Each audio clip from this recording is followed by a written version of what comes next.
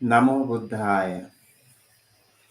Welcome to our Sunday morning Dhamma Talk series.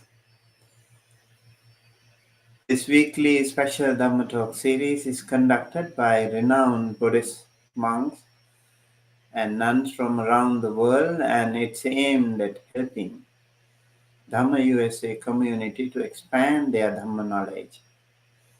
Join us every Sunday at 6 a.m. Pacific Time, 9 a.m.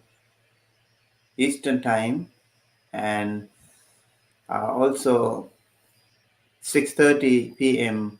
IST and other world time sessions to enjoy this wonderful Dhamma Talk series. I would like to introduce you the Dhamma Talk today.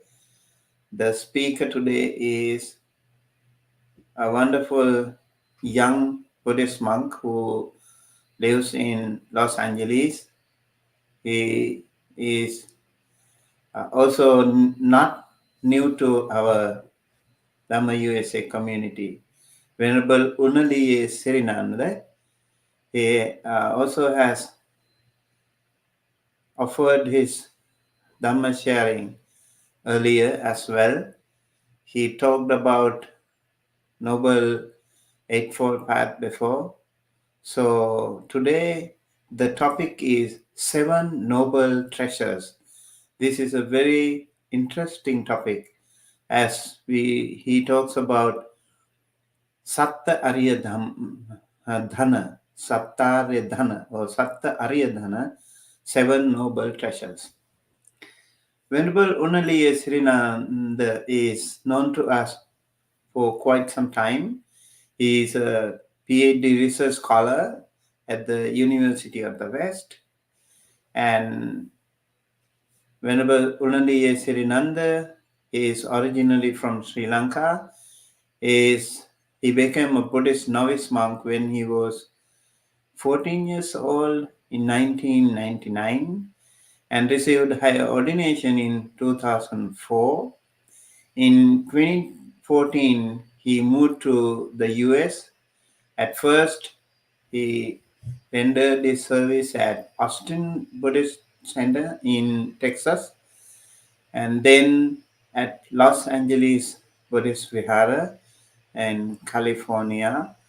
Right now it is called Mindfulness Meditation Center in Covina City, and this is a beautiful temple and one of a very attractive and wonderful Buddhist temples that we have in Los Angeles area.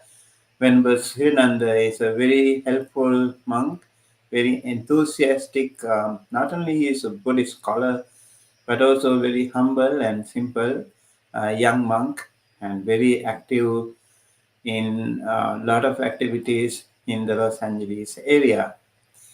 His education is he completed his Prachina Pandit degree, what we call Rajakiya Pandit degree, in 2008 from the Oriental Studies Society of Sri Lanka. And he accomplished his Bachelor of Arts degree in 2009 from the University of Kelaniya, Sri Lanka. He also graduated with his Master of Arts degree from Postgraduate Institute of Pali and Buddhist Studies, University of Kelaniya, Sri Lanka. And he completed another master degree in 2013 from the International Buddhist College, Thailand. Currently reading for the PhD at the University of the West, Rosemead, California. So without further delay, I would like to invite Venerable Sirinanda to the studio. Hello, Venerable Sirinanda. How are you doing today? Can you hear me?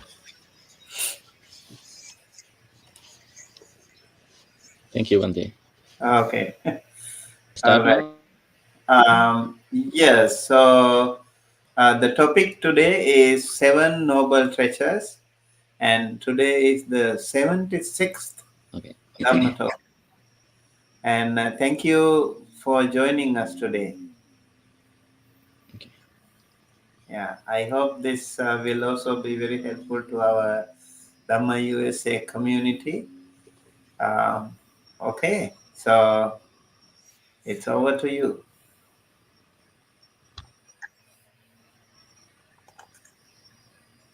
Thank you, Vande. Namo tassa bhagavato arahato samma sambuddhassa. Namo tassa bhagavato arahato samma sambuddhassa. Namo tassa bhagavato arahato samma sambuddhassa. Homage to the Blessed One, the Worthy One, the Supremely Enlightened One. Homage to the Blessed One, the Worthy One, the Supremely Enlightened One.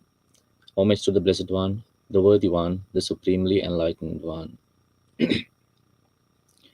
Saddha dhanang sila dhanang hiriyottapiyang dhanang sutta dhanang cha chago cha panyame sattamang dhanang yassa ete dhanati tiya purisasva adariddoti tang ahu amoghang tassa jivitang tasma saddhancha silancha pasadang dhamma dassanang anuyunjeta medavi sarang buddhana sasanang ti.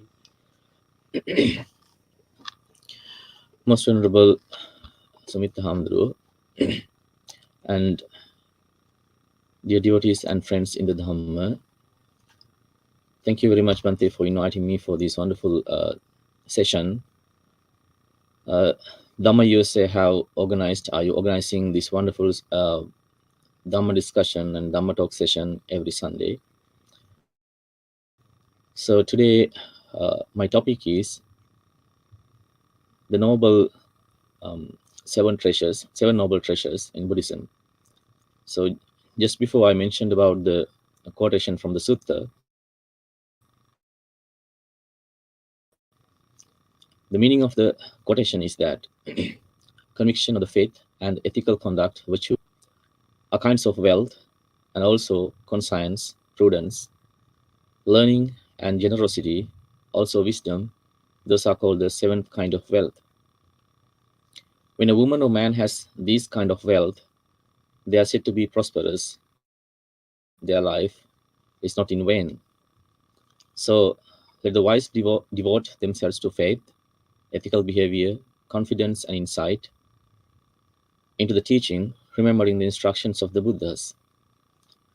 I believe that most of the listeners, devotees who are familiar with the Buddhism, they have already heard about these seven kind of treasures, seven kind of factors, which are called the noble seven treasures. Dear devotees and friends, the Dhamma, we listen to Dhamma, we study Dhamma as with a purpose. The purpose is that we know that life is suffering and the samsara is suffering. We have a short lifetime. We are in the samsaric journey, which we cannot see the beginning and also which we cannot see the end. So that's why we want to get rid of the samsara, end of the suffering. That's why we learn Dhamma, we study Dhamma, we listen to Dhamma talks, and we try to get rid of the samsara, attain the enlightenment. So we know that as humans, we have been used to collect and gain a lot of things in this lifetime, mostly the material things.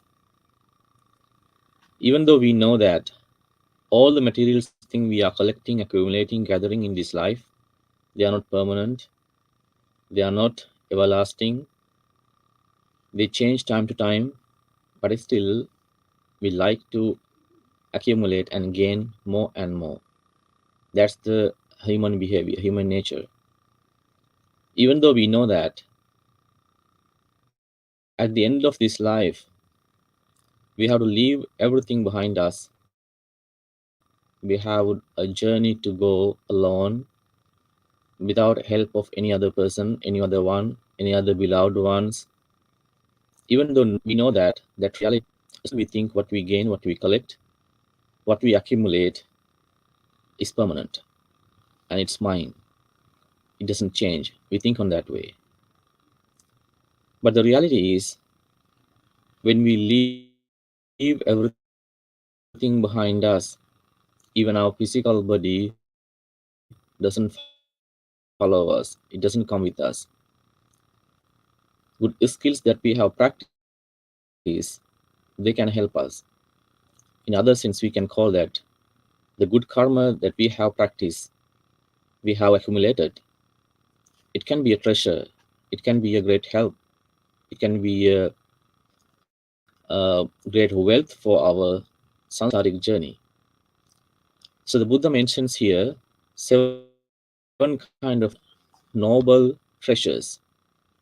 These kind of treasures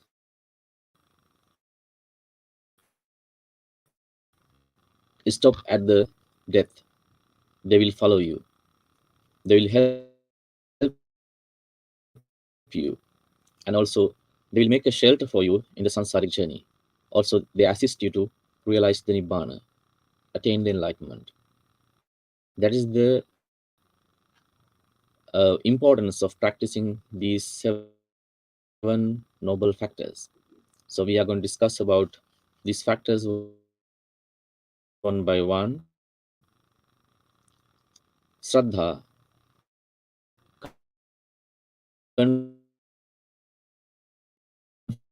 confidence, that is a noble treasure Shraddha or confidence. We know that Buddhist. So in that way, we have great qualities. But when you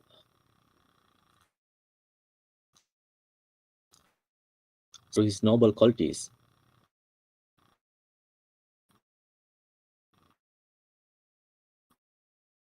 towards the Buddha, there are a lot of things, external things that we can that help to see Buddha statues, Buddha images. At that time, it's a faith towards the Buddha of great powers, and he has developed his mind up to the maximum level. So he has enlightened. He has defeated even the Mara. So in thinking in that way, we can develop the faith towards the Buddha. That's also kind of a faith. But the Buddha says that what is the treasure of the faith, treasure of confidence? That means when a noble disciple can think on this way, indeed the Blessed One is worthy and rightly self-awakened, concerning knowledge gone, an expert with regard to the world, as a trainer for those people fitting to be tamed, the teacher of divine and human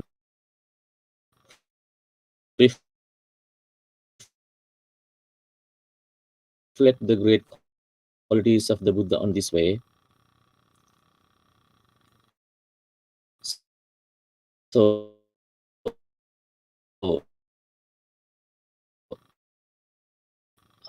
that kind of question come to us when we realize that's what the Buddhism says, that try to see the Buddha through his qualities, through his Dhamma. As an example, we know that every At the Buddha's time, there were a lot of people came to visit the Buddha. We know that none of them were Buddhist; they were general people. Some people, those who are seeking for the reality of the life. Some people were seeking for the um, end of this. When they came to Buddha, they wanted to know the teachings of the Buddha, and some people came to Buddha to argue with him because they have various kind of philosophies, they had various kind of traditions. And they wanted to argue with the Buddha, and they wanted to convince the Buddha that our teaching is correct and your teaching is wrong. But what happened finally? Most of them, they were satisfied. They became the followers of the Buddha. Some kind of appreciation of the Buddha, some kind of a statement. It says like abhikantam bhogotam nityang achike, something like that. That means the Buddha, you venerable, you have been a great teacher for me. You have shown me the correct way, correct path. You have directed me into the correct way. You are the person that who make the empty vessel downside up. You are the person that who light the candle, light the lamp for me. Please accept me as your follower for here on. That kind of conviction, that kind of faith, how it came to the people, because they were able to see the Buddha through his doctrine. They were able to understand the truthness of the Buddha's teachings. That's why at first, when we see the Buddha from his images, or when we see the Buddha through the statues, we have a kind of faith. When we chant, when we engage with the pujas, we have a kind of faith. But when we listen to Dhamma, when we practice Dhamma, we can see the reality. We can see the truthness of the Dhamma. In that way, we can understand that how great person the Buddha was. And also, when we practice Dhamma, we can see the great qualities of the noble disciples of the Buddha, what we call the Mahasangha, the Arya Sangha. When we have the great faith towards the Buddha and also his doctrine, towards his noble disciples, we call that we have faith toward the triple gems. We know that there are various levels of the faith. The faith of some people kind of shaking. It can be shaken at some times. We know that we have a lot of problems in the life. We are facing a lot of troubles in the life. In front of that kind of troubles and failures, sometimes difficulties, some people, they give up the faith towards the Buddha and they are seeking for faith from somebody else. Sometimes they, that kind of faith is kind of a shaking faith. The Buddhism says that it is called the amulika shraddha. That means there is no strong foundation. How the foundation becomes very strong is only the only way that when you practice Dhamma, when you listen Dhamma and you put that Dhamma into practice, you can realize the truthness of the Dhamma. In that way, you can create and develop a great faith towards the Buddha. How that kind of faith becomes a noble treasure, because when you have the conviction towards the Buddha, Dhamma, and Sangha, when that faith becomes stronger and established within yourself, it's a great help for you. It teaches you the way how to live in the world peacefully. That faith helps you to understand the reality of the world. That faith, that conviction, teach you to eradicate all the sufferings, all the problems, failures in the life. Also, that kind of faith, that kind of conviction leads you to the nibbana. That's why the noble disciples, when they have the conviction towards the Buddha, Dhamma, and Sangha, it's called that their faith is established, well established.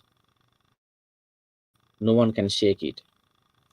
Even though there are a lot of things, a lot of reasons, a lot of problems, they have to get rid of that faith. They don't give it up because they know the value, they know the importance of that conviction. That kind of shraddha or conviction, it is called akaravati saddha. So this kind of conviction, shraddha, it is very important because as long as you are living in the sansara, you are wandering in the sansara, distance, even though there is no any Buddhist teacher, any Buddhist noble friend that you can find, still you get the chance to listen to the Dhamma. However, you will find the Dhamma wherever you'll be reborn in. And further, the Buddhism says that, I think you have heard that verse. It says that Yekechi buddhang saranang gatase nate gamissanti apayang. If somebody has the great conviction towards the Buddha, he will never fall into hell, deprivative places. Why? That person has great conviction towards the Buddha. He knows the reality of the world and the life. He knows the nature of the world and the life. And also he knows the how to get rid of the suffering. He knows that all the attachments cause the suffering. Therefore he tries to get rid of the attachments and the suffering. That's why we say that shraddha, that great conviction, unshakable conviction is very strong. It becomes a great wealth, great treasure.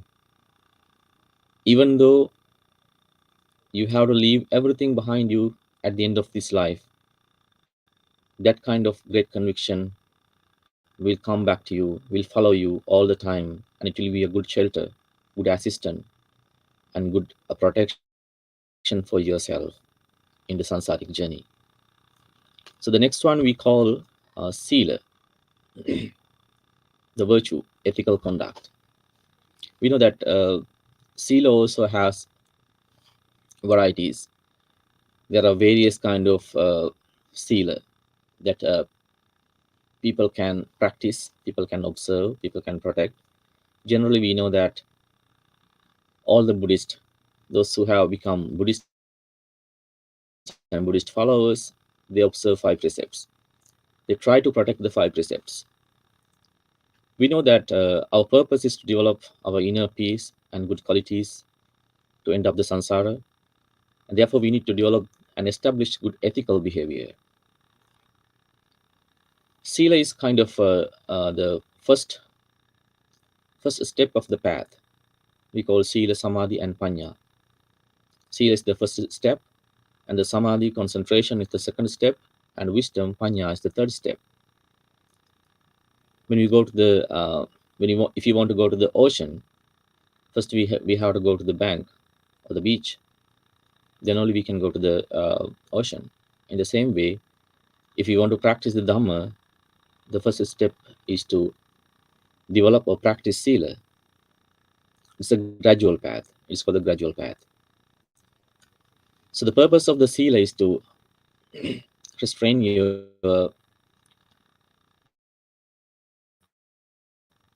physical actions and also the verbal actions. You know that there are 3 actions we are doing through our physical body and the mind and through our words, verbal actions. So exactly we know that mind is very subtle and we cannot touch the mind, we cannot grab the mind. It's kind of a very hard thing. And therefore, we can put some limits to our physical actions and verbal actions. That's the basic idea of the sila. So when we observe sila and protect sila, some people might think that it's kind of we are doing we are putting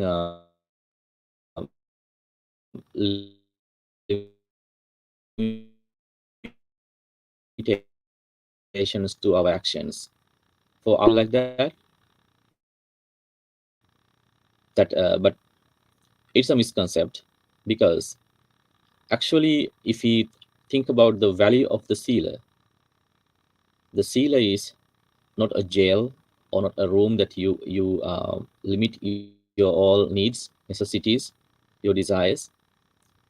Actually, it is a great protection we are making around us, because when we observe sila, when we protect sila,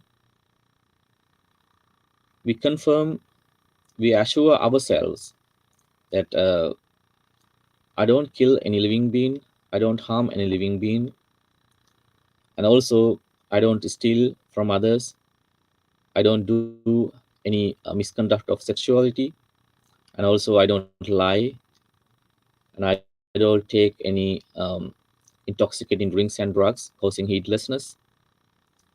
When we observe these kind of precepts and we try to practice them, we are protecting ourselves, and also we are protecting other living beings in the society, other living beings in the world. So we can see that when we protect sila, it becomes a great protection to us, and also it's a great protection to the whole world. You know that these all seven treasures, they are linked together, because if you don't have a conviction or faith towards the Buddha, if you don't have a conviction or faith towards the Dhamma, if you don't have a faith or conviction towards the Sangha, probably we don't see any value of the sila. We can see the value of the sila when we understand the doctrine of the Buddha in some level. We don't need no need to have a deep understanding of the teachings of the Buddha. We don't need to have the deep practice of the teachings of the Buddha to understand the value of the sila, right? If I don't harm anybody, any living being in the world, I can generate the loving kindness, compassion towards them. You can see that if we have a single thought of loving kindness and compassion towards the world, how much this world will be peaceful. We don't need to go far away. We can think just about our family, just about the friends that I'm associating, just the society that around me. If I have loving kindness thoughts and compassionate thoughts, how much pleasure they will find from me, how much value they will see through me. If everyone is practicing on this way, the world, the society will be wonderful, peaceful. And the most important thing is that when we practice sila, how much confidence I have towards myself that I am practicing sila, I am developing sila, I have these kind of values, I have these kind of great qualities. That's a very strong power. You can put it to any trouble. You can put it to any place, any time that when you face a trouble. It's very strong. You know, even though if you are practicing a one precept, we are protecting a one precept, still it is very powerful. And we know that when somebody practices sila, it has a very strong reflection, very strong outcome or the results that we can see through this life and also the afterlife, the next life. The Buddha says that the people who are practicing sila, those who are protecting sila, they will die with good consciousness, and also they will have their next life with good consciousness, and also their next life will be successful. So these are the benefit of practicing sila. And furthermore, if you think about the sila, we know that when we receive human life, a lot of things around us we receive as inheritance. That inheritance is not coming from your parents, not coming from your relatives in your previous life, but all these things come to you as a result of the karma that you have accumulated. Among them, practicing sila, the reflection of the practicing sila is very strong. If you have a good figure, if people like you, if people trust your words, that means it is a kind of a reflection of the sila that you have practiced earlier in your earlier lives. So when you think on that way, practicing sila becomes a strong, noble treasure for yourself in this life and also for the afterlife or the samsara. Then we can see the third factor. It is called the hiri, the sense of shame or conscience of doing something wrong. We know that the Buddha says here, what is the hiri?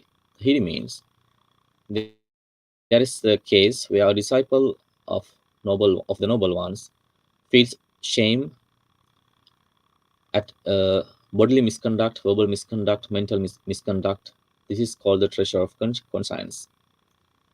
So that means, as I mentioned earlier, we are doing the actions using our physical body or our mind, our words, or verbal actions.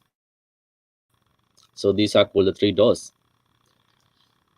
So when we are doing actions using these three doors, sometimes they are wholesome actions, sometimes they are unwholesome actions.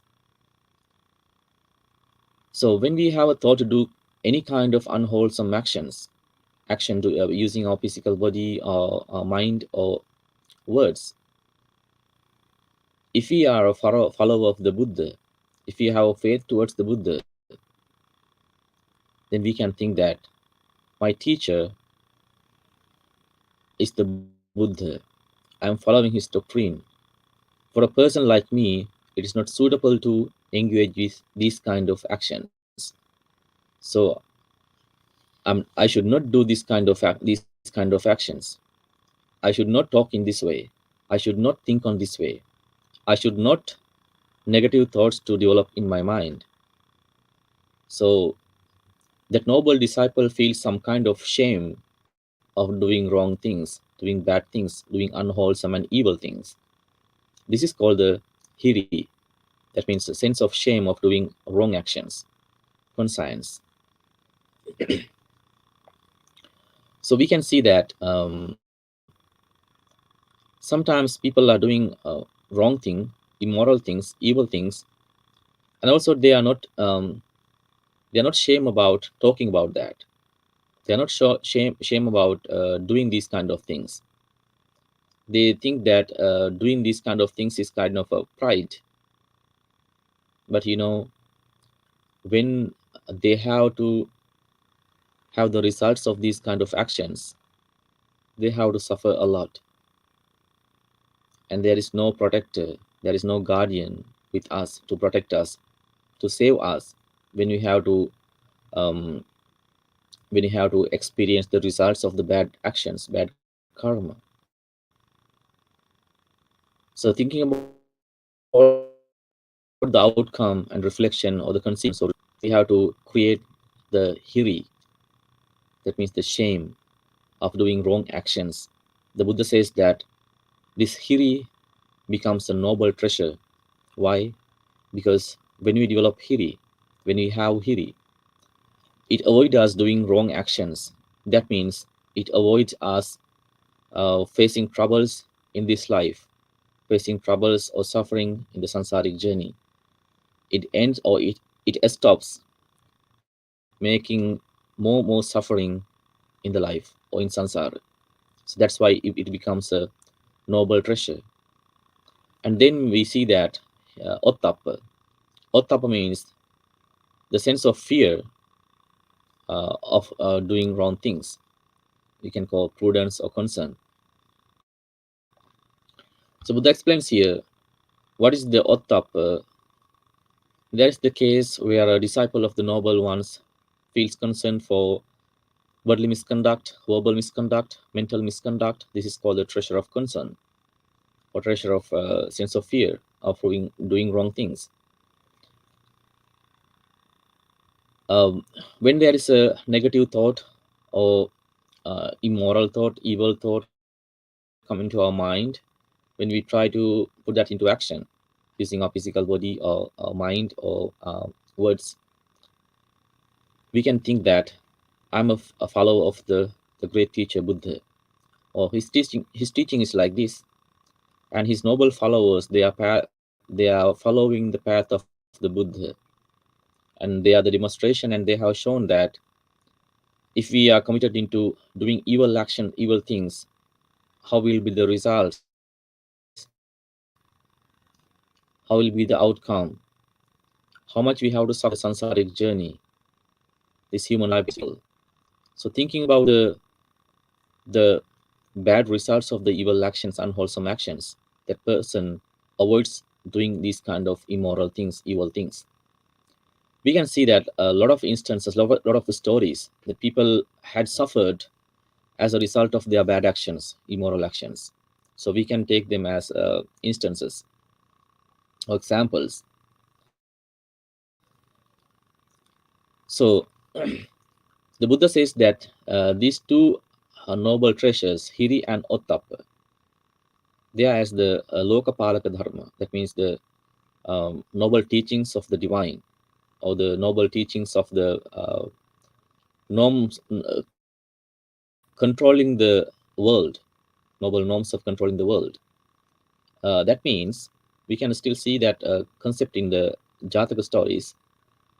The concept is that when there's a time in the world there is no any religion, there is no any faith, there is no any philosophy, still that society, the world, would be calm and happy and peaceful because they have these two um, doctrines. These two doctrines is Hiri and Ottappa. As long as people have shame and fear of doing evil things, wrong things, that society will be wonderful. The society will be very peaceful. The people in that society, they will have compassion, they will have loving kindness. The people in that society, they can think about others same as they are thinking about themselves, because um, they have shame of doing evil things, and also they have fear of doing evil things. We know that nowadays every country, they have a ruling system, they have laws. People are controlled by the laws.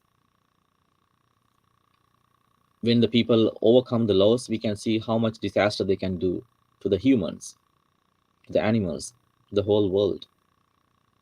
That's why the Buddhism says when somebody practice Hiri and Ottappa, or the sense of shame and sense of fear, conscience and prudence or concern, it becomes a great noble treasure. Why? It also can avoid you falling into hells or depravity places. Now, it also avoids you prolonging this sansara, extending this sansara. We know that as long as we are engaging with immoral things, immoral actions, evil actions, one by one, little by little, we are expanding the sansara. That's how we came to this point. That's how we have a long sansara that we cannot understand where the start point, and also we cannot see the end. So when somebody practice and develop hiri and ottappa, that becomes a great treasure, and also it becomes a great wealth, and also it protects you, it also helps you, it becomes a shelter for yourself in this life and also in the afterlife. Another point that we can see that when the Buddha is talking about the happiness, the Buddha says that one kind of happiness in the life that we can have is someday If you are convinced about yourself, your life, if you feel that I haven't done any kind of wrong, any kind of bad towards anyone in the world, that's a kind of happiness. It is called anavajja sukha. People have this kind of anavajja sukha when they practice the hiriya and ottappa, because they have shame of doing evil things, and also they have fear of doing evil things, so they can protect themselves. That's a great treasure. So, dear devotees, then we think about the next one. It is called the sutta. We know that sutta means um, listening. What should we listen? Here, the sutta means learning or listening Dhamma. We know that as the followers of the Buddha, whenever we have time, we listen to Dhamma talks, we study Dhamma, we learn Dhamma, we discuss Dhamma, and also we share Dhamma. Because we know that uh, as much as we engage with the Dhamma practice, we can see the reality of the Dhamma, and also we can develop our inner peace and happiness. You know that, as I mentioned earlier, even though we cannot take anything with us after our death, if we have developed skills, skillfulness, this kind of skills they are following us. When you're born in this world, you have kind of skills. Those are coming from your previous lives. Some good qualities you have been taking from your previous lives. That means you have practiced this dhamma in your previous lives also. If you don't understand these kind of great qualities in yourself you have already, you cannot develop them. If you see the value of the great qualities or good qualities that you have, you can develop them. And also you can share that good thoughts towards others, that they also can develop it. They also can create and develop it. So to establish the dhamma in yourself, within yourself, the great way is to listen to dhamma and discuss dhamma and share dhamma and experience dhamma. The Buddha says that sunata dhareta charata dhamme, listen to the dhamma and also try to memorize dhamma and also practice dhamma.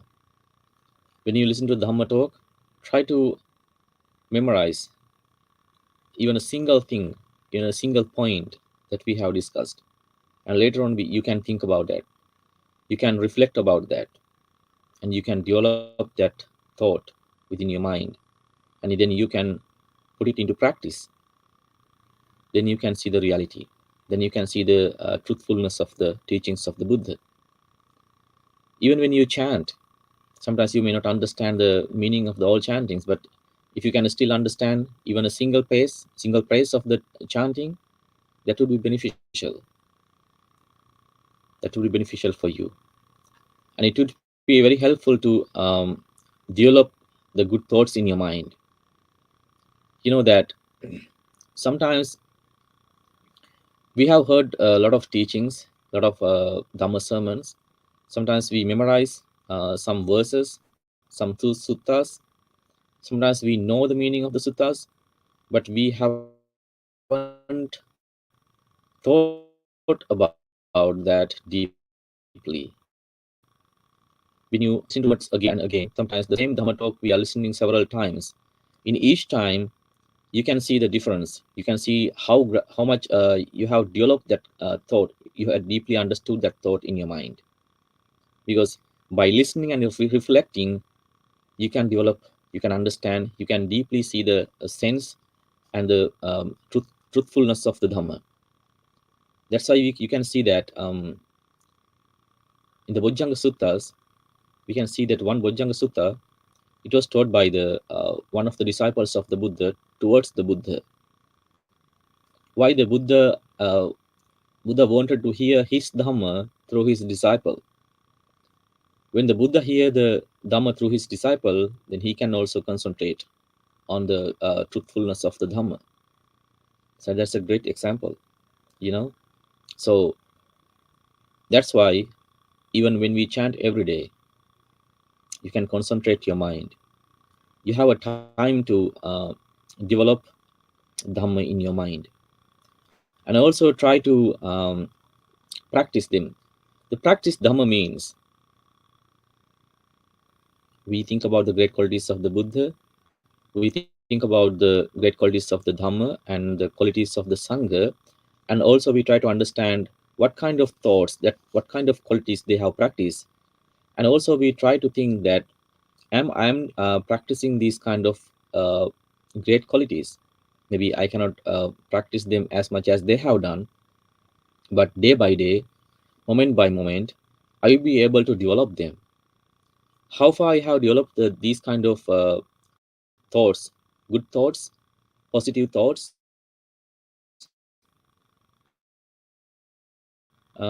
in my mind. So you can reflect about yourselves. Self-examination. Self-examination is very most of the time we are evaluating the people, the others in the society, but we don't take time to evaluate ourselves. How far we have developed, how much we have graduated, how much we have practiced. Actually, dear devotees, these are the things that we have to practice. If we practice on this way, we can understand the really weaknesses and the success of our life, of our spiritual path. So that's why when we listen to Dhamma again and again, we can see the weaknesses of ourselves.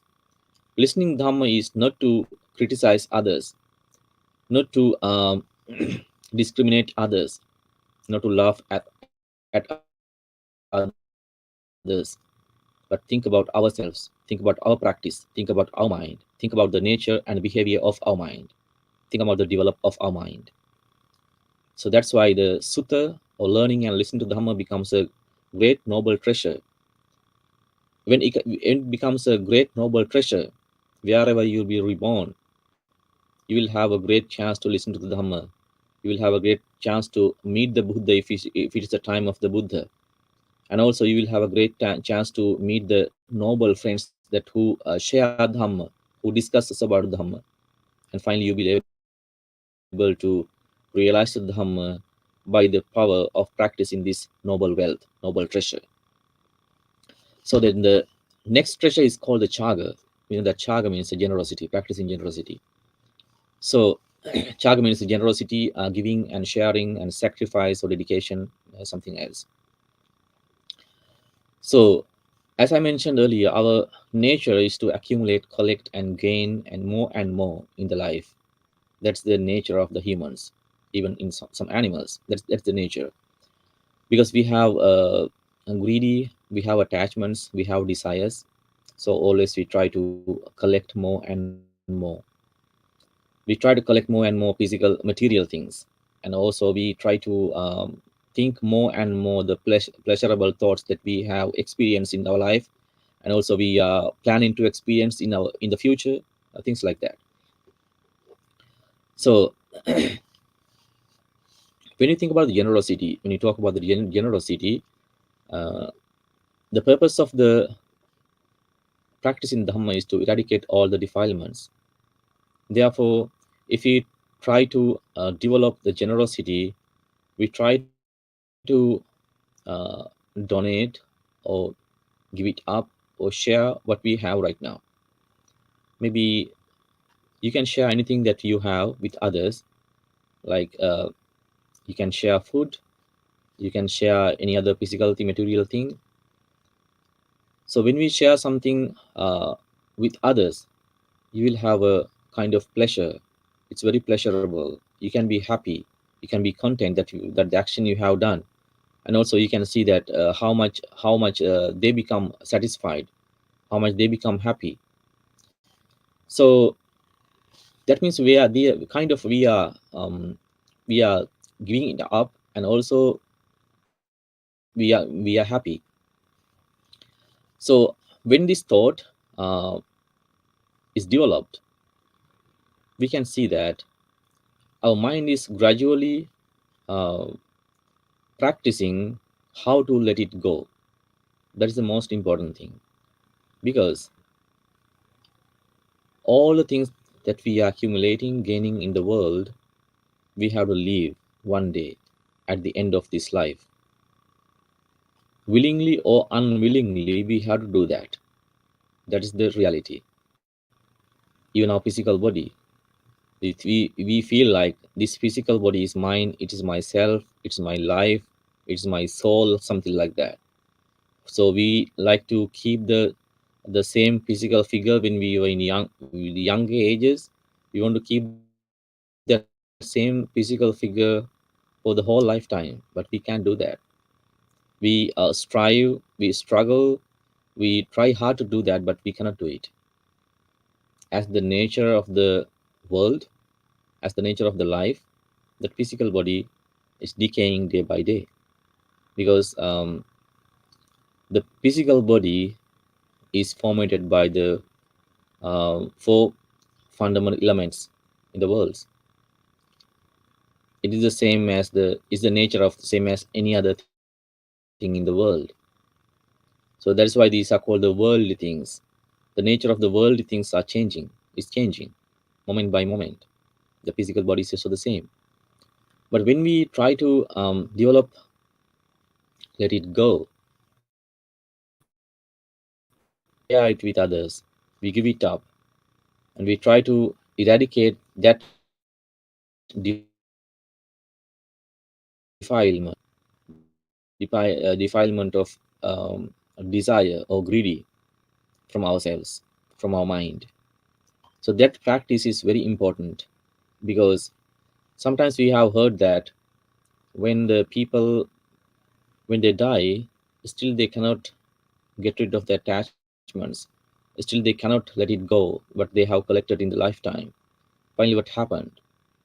They will be reborn in the same place in the different way. That means as an inhuman, because we can see that kind of instances from the Vimanavatu and Petavatu, how much they have grabbed, how much they have uh, been greedy for the things that they had.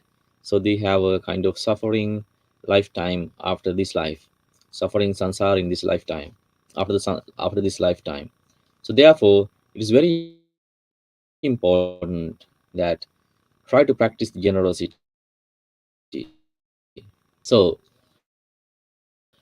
by practicing this way, we can see the real happiness, real contentment in our mind.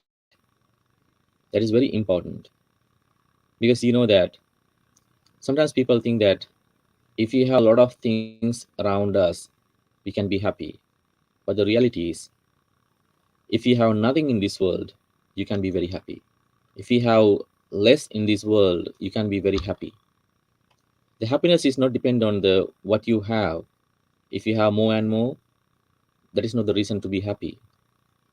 The reason to be happy is how much you have developed your inner peace and happiness with the contentment. How much can you be content with the things that you have? You know that you can share the things that you have, like material things. But when we practice Dhamma, when we practice generosity as a Dhamma, we can share our thoughts. What are thoughts that we can share? We can practice generosity. We can share good thoughts like loving kindness, love, kindness, and compassion. And also, we can give the forgiveness to others, and you can give the respect to others. You can give your apology to others, and also you can share the Dhamma that you have. You can share the experience that you have, the Dhamma experience. So it can be very beneficial for the others, right? So according to that, even though we have nothing in this world as material, still we can practice generosity. Still we can be happy.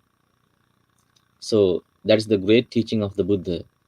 So that's why when you talk about the dana or generosity, it becomes a crucial part of the practicing Buddhism, because we know that even the Buddha Bodhisattva, he has been practicing dana as a paramita. That's been a perfection. He has been practicing dana in various levels, in various stages.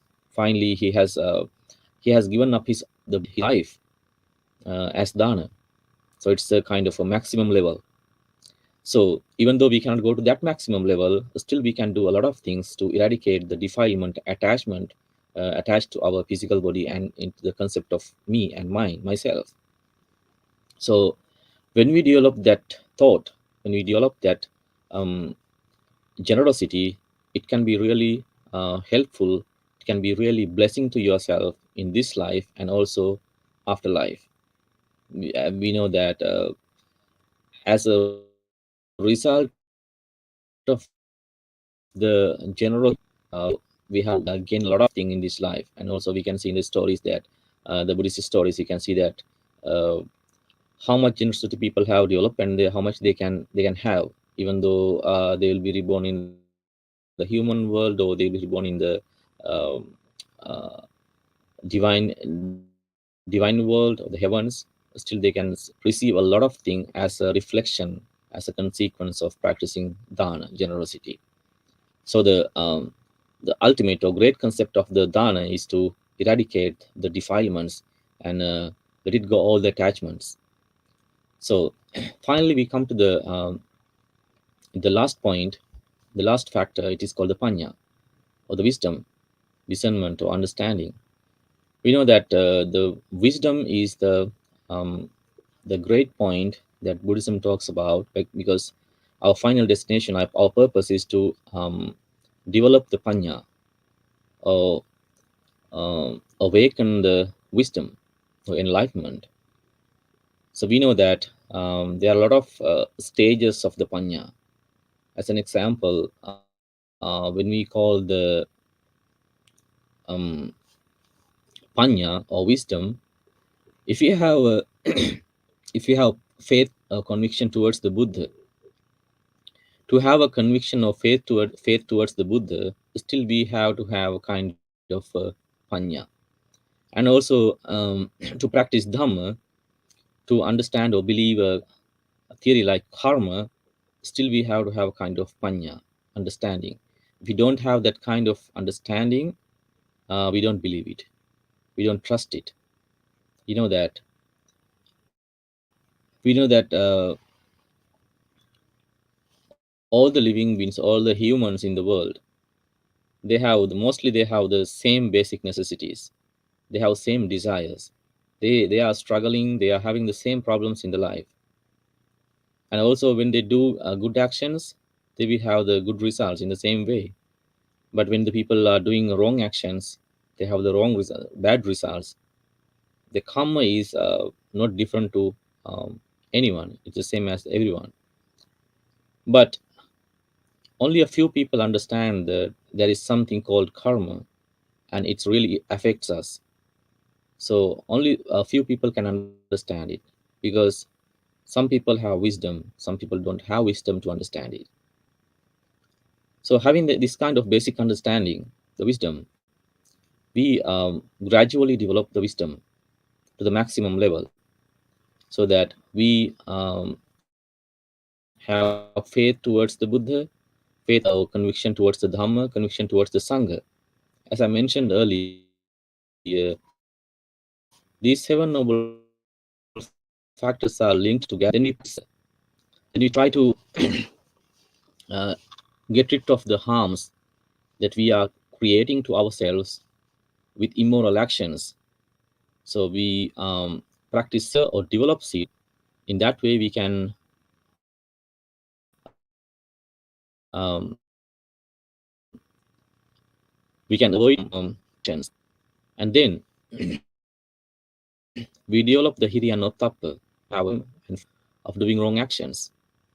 Then we listen to Dhamma, we more and more understand the uh, noble qualities of the Buddha and noble qualities of the Dhamma, that the truthfulness of the Dhamma.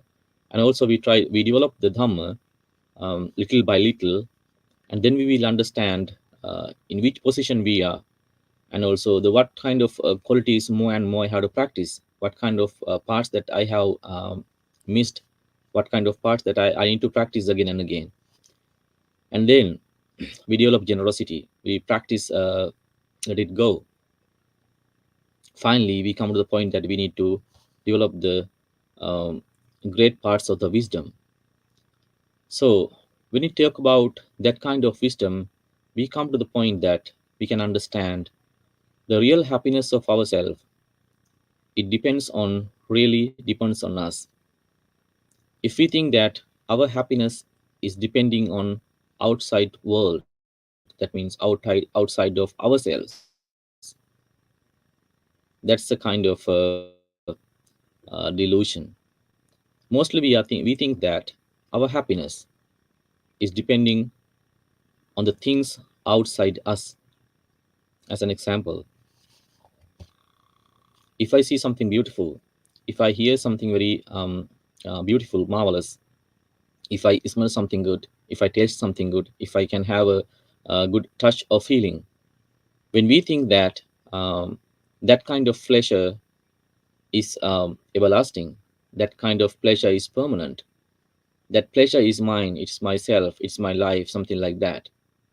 When we think on this way, we are thinking about the world in delusion. That means when that kind of experience is lost, we lost our happiness, we lost our contentment. So that's why we call that kind of happiness is depending on the outside world. You know that the world outside us always changing. It's worldly. So what we see, what we take as a experience through our sense organs, five sense organs, all these things are very temporary. Because as an example, the Buddhism says that the consciousness we are creating when we receive objects through our sense organs, it is very temporary. When we understand it, it already ceased. That's the reality. But because of the delusion, we understand, we think that that experience we had already, it's always again and again we are experiencing it. Still we are experiencing it. We think on this way because of the delusion. But the reality is that consciousness is very subtle and it doesn't stay at least a moment. It doesn't stay at least a single second. It has lost and it has ceased already. But we are thinking that we are experiencing that consciousness still. We are still experiencing that. It is because of our delusion. That's why we say that when somebody has blamed you once, it's just a sound, right? And also it had happened maybe for a minute or less than a minute. But how long can you think about it? How long can you reflect about it? How long can you memorize it again and again? On each time you are memorizing it again and again, you are getting blamed, you are getting scolded again and again. Maybe 10 years you can be blamed by that person. Sometimes that person has already passed away, but still you feel that he's blaming you. Why? It is because of the ignorance. It is because that we are thinking the consciousness we had, we are still having it. It is permanent. We are attached to that kind of experience, that consciousness. That's why the Buddhism says grasping the five aggregates, it is the main reason for suffering. And also that's called the dukkha. So that's why we try to understand um, a very short existence of the things, the experiences we are having through our sense organs, and the very uh, very short existence of the five aggregates.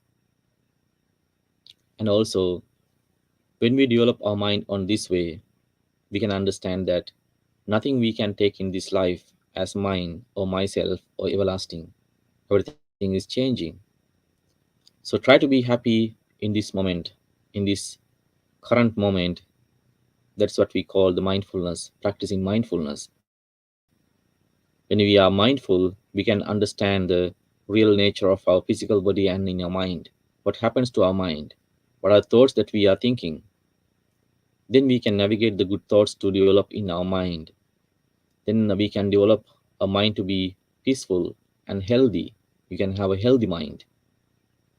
So so this is the path to liberation. This is the path to wisdom. This is the path to awaken the wisdom, enlightenment.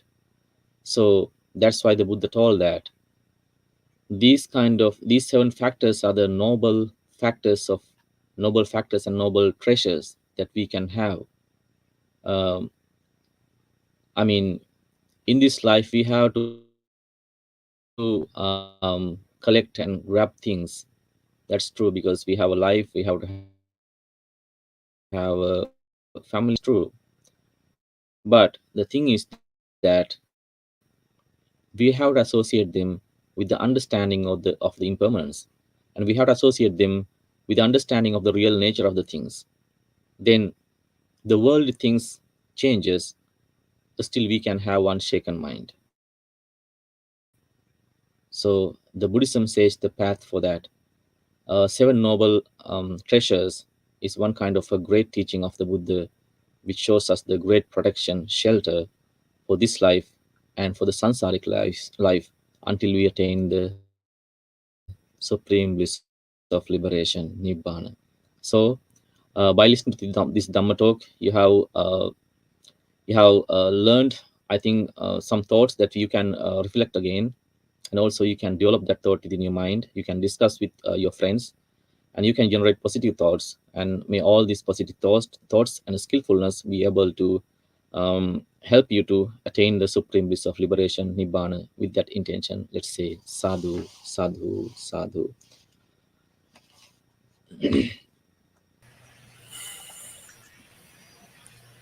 Thank you so much, Venerable Sirinanda, for this wonderful Dhamma talk.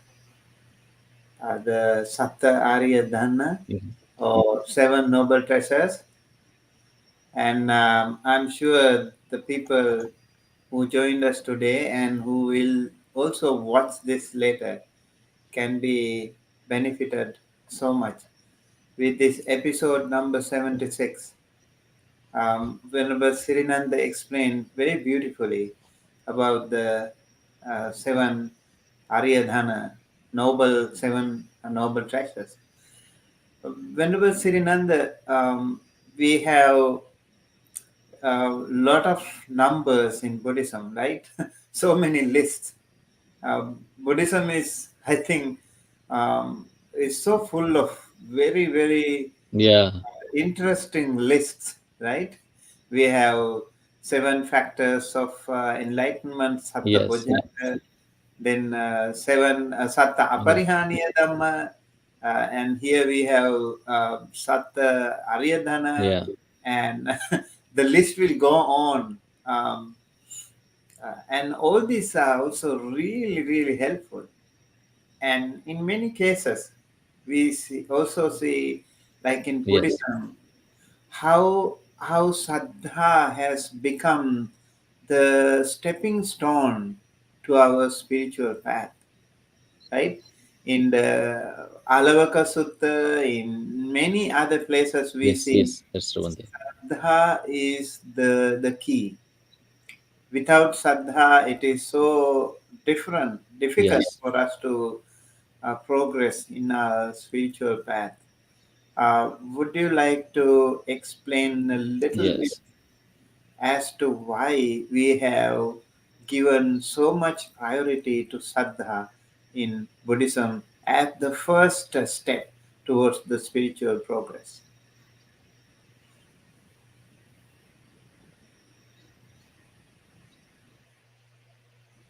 um, because sometimes the people think that if you have just the faith, it's kind of blind thing.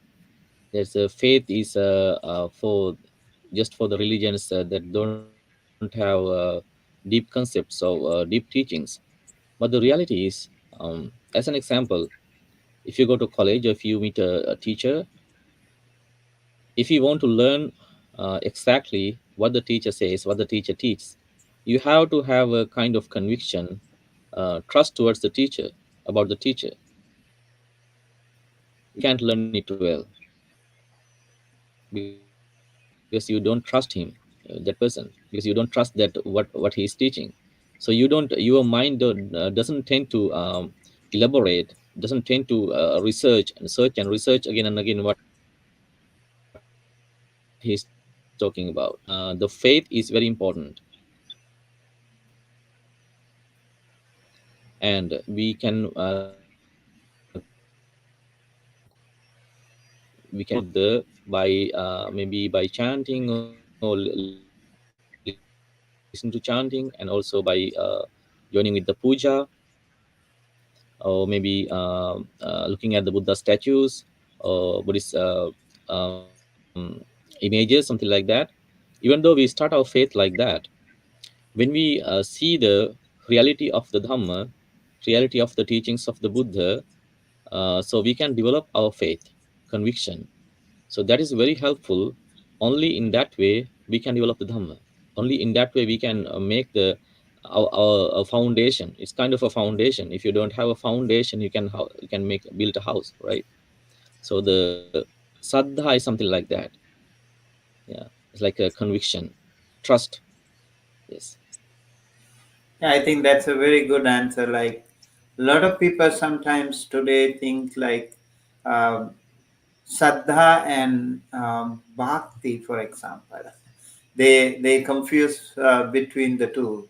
In Buddhism, we talk about Mm. Saddha, which is also Yes. not totally blind faith, right? It is also like we can also critically evaluate things. It's also full of wisdom. It's a merging of combination of Yes. um, Wisdom. conviction, Yes. confidence, and also wisdom, right? That is why it is called Saddha. Not it is not really Yes. bhakti, or in Wisdom. Sanskrit Yes. which That's we true. call Yes. bhakti. Yeah. So I think Mm. we need to know that Saddha is a different concept, and it's also a really important step. As you mentioned, if you want to learn something, you need to have confidence in your teacher, right? If you don't have confidence in your teacher, you really can't learn. You're not confident. So I remember, like in many suttas, the Buddha talks about Buddhe aveccha prasado, Dhamme aveccha prasado, Sanghe aveccha prasado, right? You need to have that Mm. unshaken confidence Yes. in your in the Noble Triple in Yes. the same way. You need to have that. You can't really Yes. vacillate. You can't really hesitate when it comes to following the Dhamma. You need to have that the confidence in the Buddha, and that way your Yes. Dhamma path, your spiritual path, can really progress. Okay, the other one is the Sila. um, in many cases, we know Sila is Yes, the Swami. very foundation, right? Sila is the very foundation of our spiritual path again. And Yes. all these are called seven noble treasures. So each and every one of them, I think they are not necessarily following the the gradual order, but they can all very be helpful to each other, mutually beneficial to each other, right? When we have these qualities. So Sila, Sila Samadhi Panya. So we say Sila is the first. And over here we have Saddha first and Sila second. Um, yeah, so how Sila is so important to us in our spiritual path. Would you like to elaborate it as a novel? I know it's already you have explained, but still, why has it become so important a part of our spiritual path?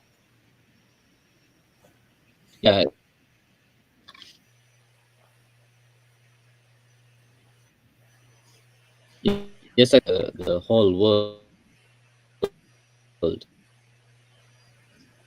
So that the can have when you practice sila, and also The other benefit of the sila is that um, when we practice sila, that's a great way to control our mind.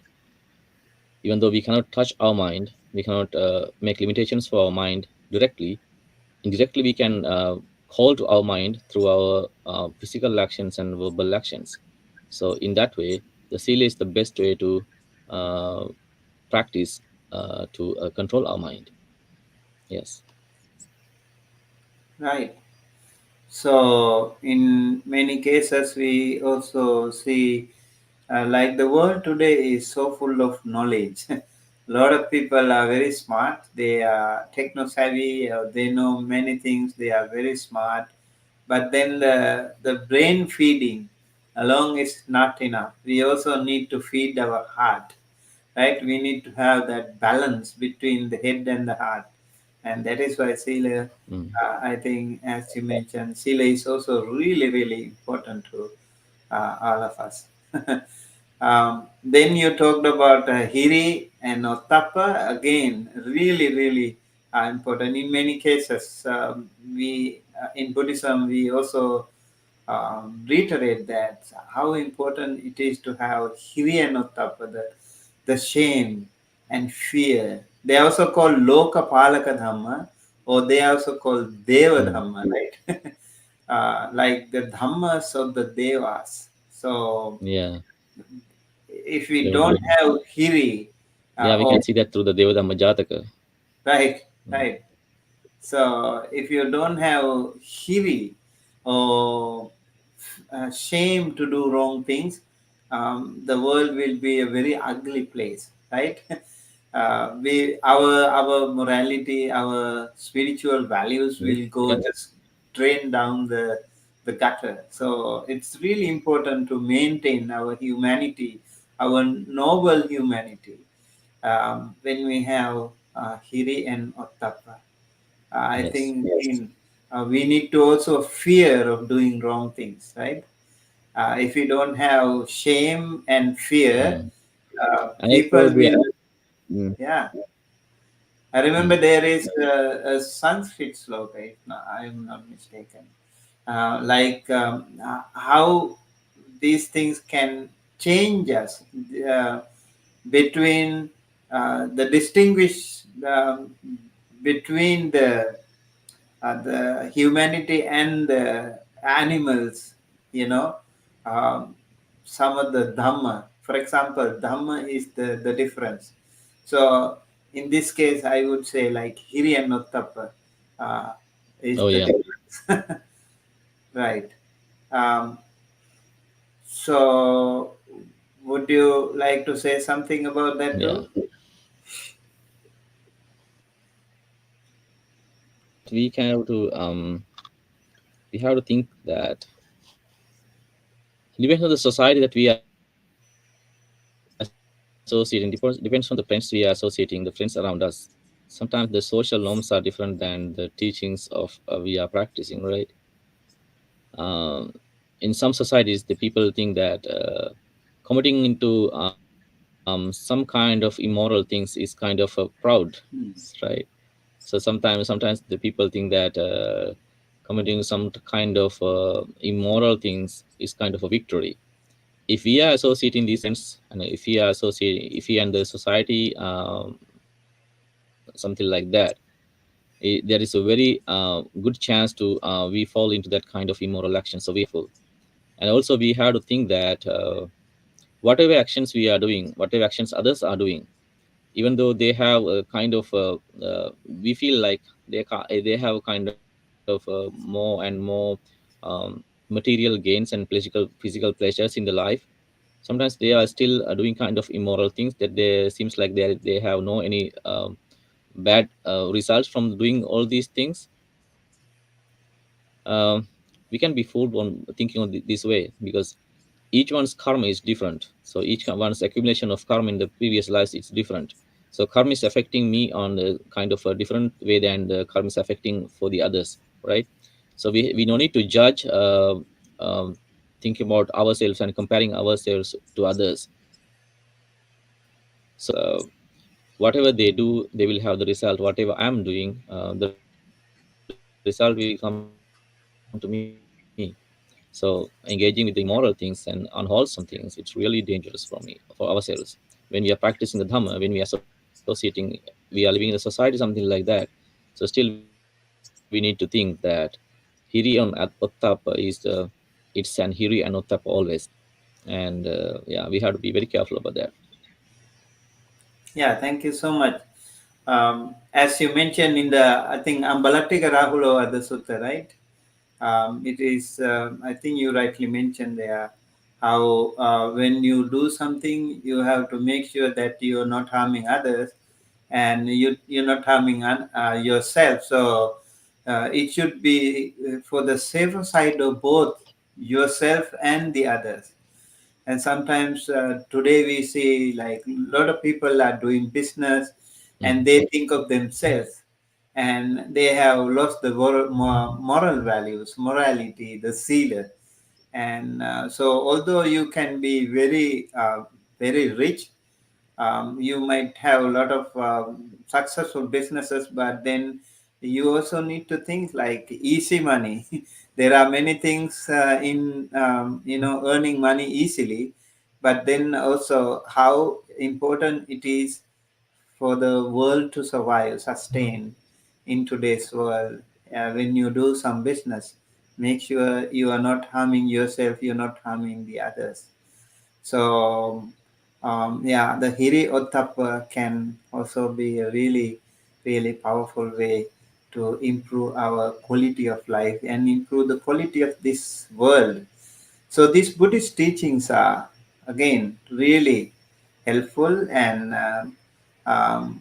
Venerable Sirinanda also explained about the chaga, the generosity, how generosity can also make our life, make our world more beautiful when we practice generosity. Generosity, again, in many cases, has come first. That is why I think all these seven treasures, noble treasures, do not necessarily follow a sequence. They are all very important noble treasures. Chaga, the noble, um, the generosity, how we can help each other when there are a lot of people in the world who are in need of our help. If we can practice a little bit of generosity, we can make others smile, we can make our life more meaningful, and we can make this world a very beautiful place to live, right? uh, yeah. So I think sutta also can Yeah, yeah, helpful to in that case, right? Because when you know the Dhamma, when you practice the Dhamma, when you yeah, associate with wonderful kalyan with the friends, then we know what is right, what is wrong, and then it will be helpful. Venerable Sirinanda, again here, Samma, like Panya. Um, why has the Panya been placed here mm. as the last?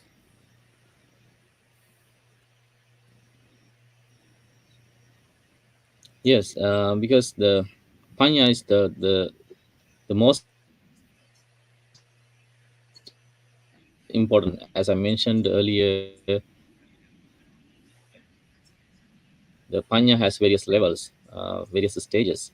So at the beginning, when we start to practice dhamma, when we start to practice dhamma, still we have to have some kind of panya, some kind of wisdom to make the faith or the conviction towards the Buddha, and to practice sila, and also have to be shame and fear of the doing wrong actions, and also to we have to have some kind of wisdom to practice generosity, and also listen to the Dhamma and discuss about the Dhamma. And finally, we have to have the wisdom to understand the reality of the world and reality of ourselves, reality of the real nature and behavior of the things around us. And so then only we can understand what kind of life we have, what kind of qualities that we have, and how the mind works, and how can be mindful, and also how to understand ourselves. Because always we are trying to look at the others of the world, other things of the world, we forget to think about ourselves. We have a lot of we have all the time to think about the rest of the world, but except thinking about ourselves, right? So at least we have to a single moment of the day to think about ourselves. So that's what we call the mindfulness, being aware of what you are doing using your physical body, and also what happens to your mind. That when you can understand that we should not we should not rely on the depend on the others, the outside world. So because the happiness is really depend on yourself. So on when we develop our mind on this way, and we also when we understand the impermanence of the things that we are associating, impermanence of the experience that we are having through our sense organs, so then we can be very happy, we can be very content. And also this is the way to see the real happiness of the life, and also this is the path to nibbana. So that's why the panya is very important. And also Right. that is the sword to cut off the delusion. Yeah. Right. So starting with Saddha and then Sila and Sutta Chaga and then also Hiri Ottappa, all these are contributing at the end of the day towards Panya. So Panya is our final goal, and in order to have Panya, to generate wisdom, we Yes. need to have these wonderful other rest of the treasures well intact with us. So hopefully, these things can be very helpful to us. I think we need to think of ourselves like we need to have that self criticism towards ourselves. We need to evaluate our own system. How many noble treasures do we have today with us? And if you have maybe some less, some more, we need to balance. We need to inculcate, develop these things, and that way our life can be more meaningful. And especially today, I think where the morality is going down the drain, and we need to really improve these qualities within us. These are really wonderful treasures. A lot of people think of only the money as the treasures, but you see now these treasures are invaluable, right? We can really measure the power of these wonderful treasures. So rather than That's true. Yeah. looking at the money only, if we think of all these wonderful, like saddha, having faith in your parents, having faith in your, or confidence in your parents, or confidence in your teachers, confidence in the your religious masters, all these things really can be very helpful to us. And then also like shame and fear also can make our life more illustrious. We can make our life a very quality improved thing at the end of the day. And hopefully these seven treasures can be understood as something much more than the physical money that can really blind you in many different ways. A lot of people are blindfolded today because they think the wealth or the treasure that we have is only the money. But now we can see we don't have anything in the among these noble treasures, nowhere near among these noble treasures. There is something called money. So really, Yes. really an important eye opener to think of these noble treasures. Right. Thank you so much, Venerable Sirinanda, today for sharing with us your wonderful wisdom. Yes, And Bhante. yeah, really appreciate your kindness, your also generosity of sharing these wonderful teachings and of the Buddha. And hopefully, this was helpful to our audience, our friends. And we invite you to think of your own life more, self concentrate, focus more, evaluate more, and get more benefited from this wonderful teaching. And yeah, with that, we conclude today. Thank you very And much for inviting me as well, Bande. yeah, definitely, we would like to invite you again in future. Um, we will have you as a regular um, Dhamma resource for our um, community. They have found your teachings very helpful and really appreciate, and also wish you all the very best of luck for your research studies. Maybe before winding, would you like to say a little bit about your research topic and yeah, what is the progress?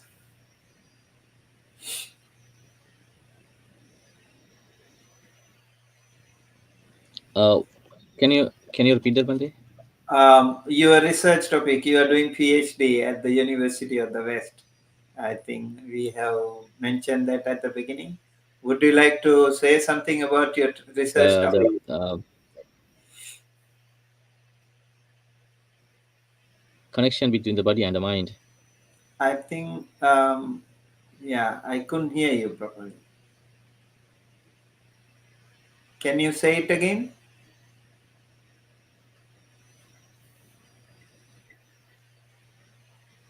Yeah, it's the connection between the body and the mind. Okay, great. Right. So thank you, and I hope to see you also graduating as soon as possible. We also wish you the best of luck, and looking forward to seeing you with another Dhamma talk. And with that, we Thank you, conclude Bande. today's Dhamma session.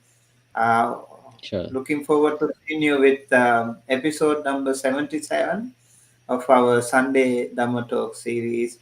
We will invite another wonderful Dhamma teachers. And friends, if you also have some wonderful Dhamma teachers around you that you are aware of, please introduce them to us. We would like to invite them so that our community can be more benefited. With that, we conclude. May you all be well, happy, healthy, safe wherever you are, with the blessings of the Noble Triple Gem. May all of you and all your loved ones, near and dear ones, also be well, happy, healthy. May all of you and all the including Venerable Sirinanda and all those monks and all those Dhamma teachers and all those Dhamma practitioners and everyone in the world, including the world leaders, be well, happy, healthy, safe wherever they are. May all of us be able to attain the supreme bliss of Nibbana, the absolute peace and happiness at the end of samsara. Thinking thus, please say three times. Sadhu. Sadhu, sadhu, sadhu. Thank you so much.